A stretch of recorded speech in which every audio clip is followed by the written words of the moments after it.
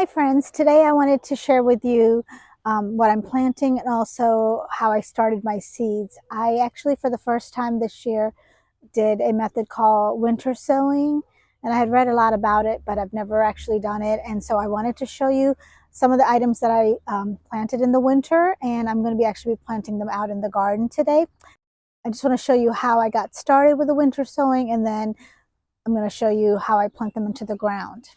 But before I get started, I just want to take a moment to ask you to please remember to subscribe to my channel. And if you enjoyed this video, please remember to press the thumbs up button. Thank you so much. Okay, so I actually use, like I said, winter sowing to sow 4 different vegetables. 2 of them actually I've already planted in the ground. I did not show those to you. And they were kale and spinach. But the ones that I'm getting ready to plant today are beets. So basically I took a carton, basically just a regular milk carton, and I cut the top of the milk carton off. And so it's not connected at all. And then I put the seeds in. So I did this probably in around, I want to say early February. I put these 4 vegetables. And the reason I chose these 4 vegetables is because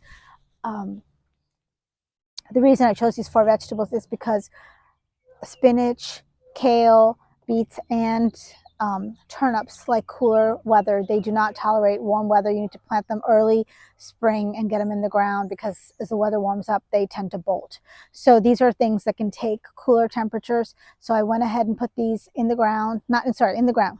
I went ahead and put these into the milk carton. I put a little bit of, this is actually just compost that I had bought from my local landfill, and I buy it like in giant bags, and this is kind of what I use most of the time to start my seeds, though I do use some seed starting mix occasionally. But anyway, this is just compost. I threw the seeds in here. I cut the milk bottle. And then I just basically put it inside of here, and it just basically goes back inside to the, so that it sits right in the bottom half of the milk carton. I've seen people tape it shut. I did not tape it shut. I don't know if that would have any impact or not, but I did not tape it shut. And it was planted around the time that we were still getting snow here and there, though we don't get a lot of snow, but we were still getting snow occasionally. So it was getting water from the rain and the snow. I think I watered it one time when it was like an extended period of time we weren't getting any rain, so I did water it.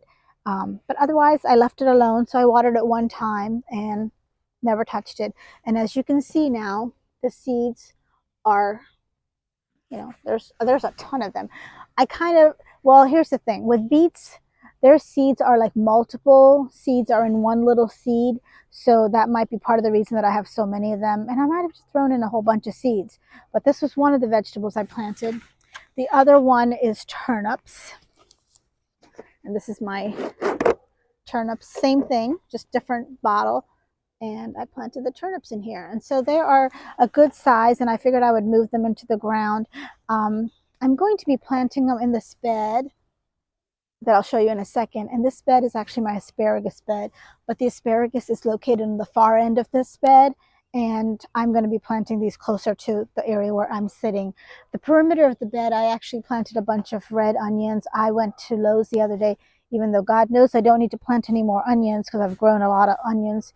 I saw some red onion plants and I could not help but purchase them because I have a plant purchasing problem.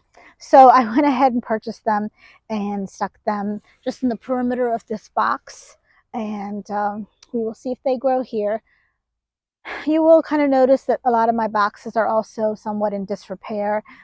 I planted these, I made these raised beds about 6 years ago, and they're not weather treated wood. They're just regular lumber. I chose not to use weather treated wood. I know there's like back and forth about if it's bad to use weather treated lumber or not, so I just opted to not use it. And I read that this wood will last 5 to 6 years, and it's been close to 7 years now, and it is falling apart. So I am basically still trying to figure out, will I replace these? Will I just quit growing in the raised beds? Will I just, stick them in the ground? Or will I replace these? And then if so, how will I replace them? Will I just buy more wood and do the same thing again?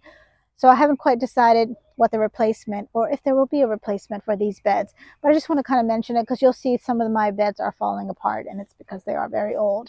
So, but anyway, let's get started on getting these beets in the ground. I might not be able to plant all of these because I don't think I have enough space in this bed to get everything in the ground, but I will see what I can do with this.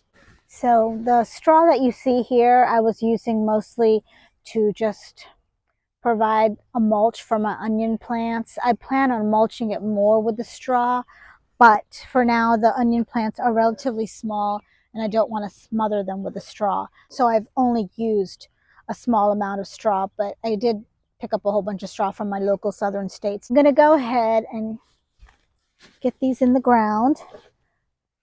So as you can see from this pot, I'm just going to use a little hand trowel and just kind of get some of them, kind of push up on them just to get them loose in the soil.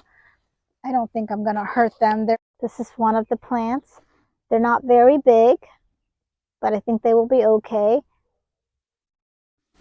So I usually just I always do it with my fingers. I'm sure that I've seen little tools called a dibbler or something, and I've seen people use that, but I don't have one of them. So I just make a little hole with my fingers and put them in the ground. And I just try to get the root in it just enough that the plant stands up. I'm trying to space them. Also, I'm trying to space them about 3 inches apart from each other. And that is really all it, and the turnips are planted the same way. We're just trying to get them 3. And if you do end up planting them ahead of, like if you end up planting them a little bit too close, it's not a big deal because you can always thin them out later. You'll just have either, if no beet has formed, you can just use the leaf. A lot of people cook beet leaves. I personally think they taste terrible, but I do know there are people that like the beet seeds, so that certainly is an option if there's something you like, maybe to put it in a salad. Otherwise, if a beet has formed, even if it's a small beet, you can certainly eat the small beet. But to get it to grow to full size, they say you should keep it about 3 inches away from each other. And that is really the process of planting. And I'm actually very excited because I do not like really taking up space in my basement with growing too many vegetables. As much as I like to garden, it just creates a lot of clutter in my basement. So I kind of like the idea of having these seeds outside and you don't have to do anything about it. Just put them outside and let them do their thing, and as the weather warms up, they will naturally start growing. You cannot do this with all plants. It does not really work for things that are like heat loving plants, because a lot of times the seed will just rot in the ground by the time it's planting time if you put it out in the ground too early. But these like cooler weather, so they can tolerate the cold, and when it's the right time, they will automatically start to grow and you can get them in the ground. So I really like this as a method. As I mentioned, this is the first time I've ever tried this, and I think I'm going to be doing this going forward. We drink a good amount of milk in our house, so we always have milk cartons no matter what. And that is it. So I'm just going to plant all of these, and I can show you a shot when I'm done afterwards, but they're such tiny little plants, it's going to be hard to see. Normally, I do start these seeds right directly in the ground because, like I mentioned, they like cool weather, so it's not too early to plant them in the end of March or the beginning of April. So I normally just stick them directly into the ground, the seed, and then just wait for that to grow. But I kind of like this idea. I feel like it's already gotten a little bit of a head start. These plants are already somewhat grown, even though they're not very big plants. But I saved myself a little bit of time. And you also don't have to harden them off. And hardening them off is basically getting them acclimated to the temperature outside. Well, these have been growing outside the entire time, so there's no hardening off process. So that's another real good benefit of growing these in like the winter sowing method, basically. So I am hopeful. I actually love beets. I like pickle beets personally, so I'm looking forward to getting some beets and hopefully being able to pickling them and canning them. And that is the whole process.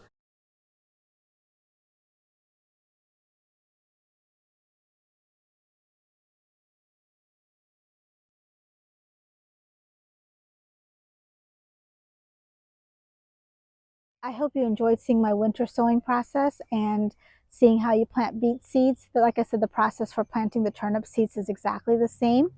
I hope you learned something from this video. And as I mentioned before, if you like this video, please remember to press the thumbs up button. And I hope you will subscribe to my channel. And I'll see you on the next video. Thank you.